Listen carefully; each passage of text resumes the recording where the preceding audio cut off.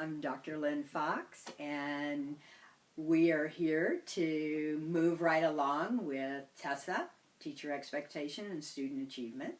And we are going to work on the 9th interaction, which is personal interests and compliments.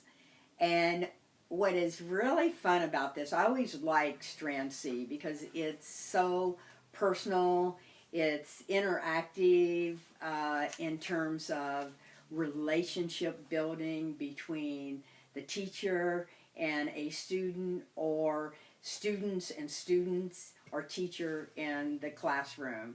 It makes it, in my opinion, more fun to teach, and you cover the academics by doing this because the students really relate to you and you are relating to them.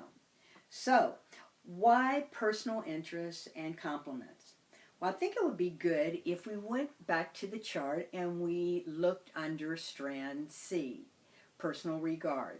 The first thing we did was we got in their space, their personal space, and we call that proximity, within 1 arm's length distance from the students and then hopefully closer, making them feel like we're there for them, we're there to support them.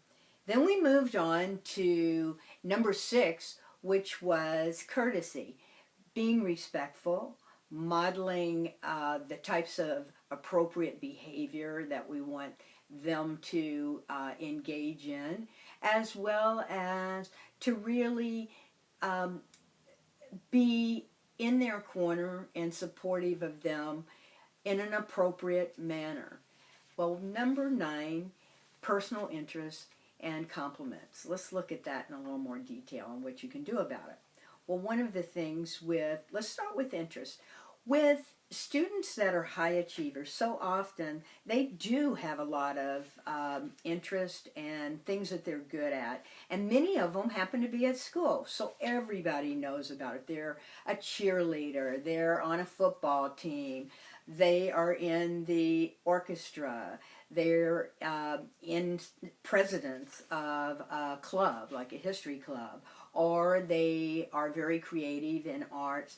And so people know what they do, and we as teachers also know. We read the school newspaper, we hear about what they've done, and they're proud of it, and we're proud of it, and it's a very positive thing that occurs when you know those kind of things about one another. Many times, unfortunately, with those we consider low achievers, or students that are coming from another culture and we may not even know the language or some of their normal behaviors that are unfamiliar to us, so we don't know what they're interested in. And what's important about TESA here is that sometimes we have to go outside the classroom, and it's amazing when you do that, you find out, hey, this individual is into horseback riding and has this talent, or is really into animals and works after school with the Dogs for the Blind, and or they have a job that is quite responsible and something that is of interest that they could bring into the classroom. So what happens is you need to consciously, as the teacher, to find out information about the students. Now, how do you go about doing that?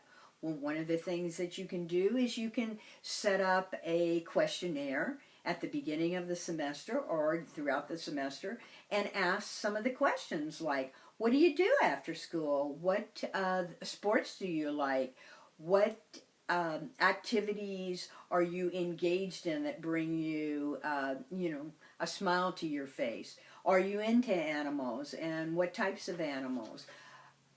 You can bring it into their story writing and other creative ways that you will find out more about the individual. Once again, the more you know, the more you create that bonding.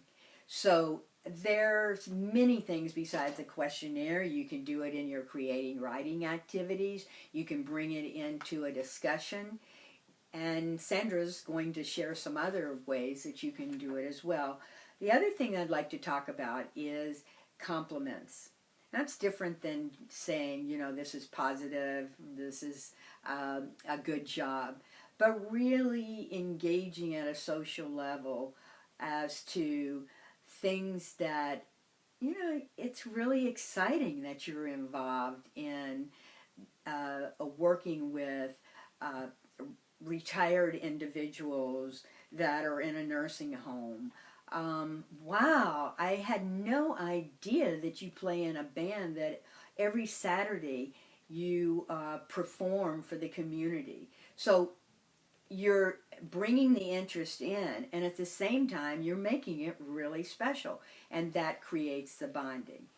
So I am now going to turn it over to Sandra, and she has lots of good ideas for bringing in students such as ESL students and special ed, and individuals that maybe are new to the school and do not have the connections, or teachers don't have that much information about them.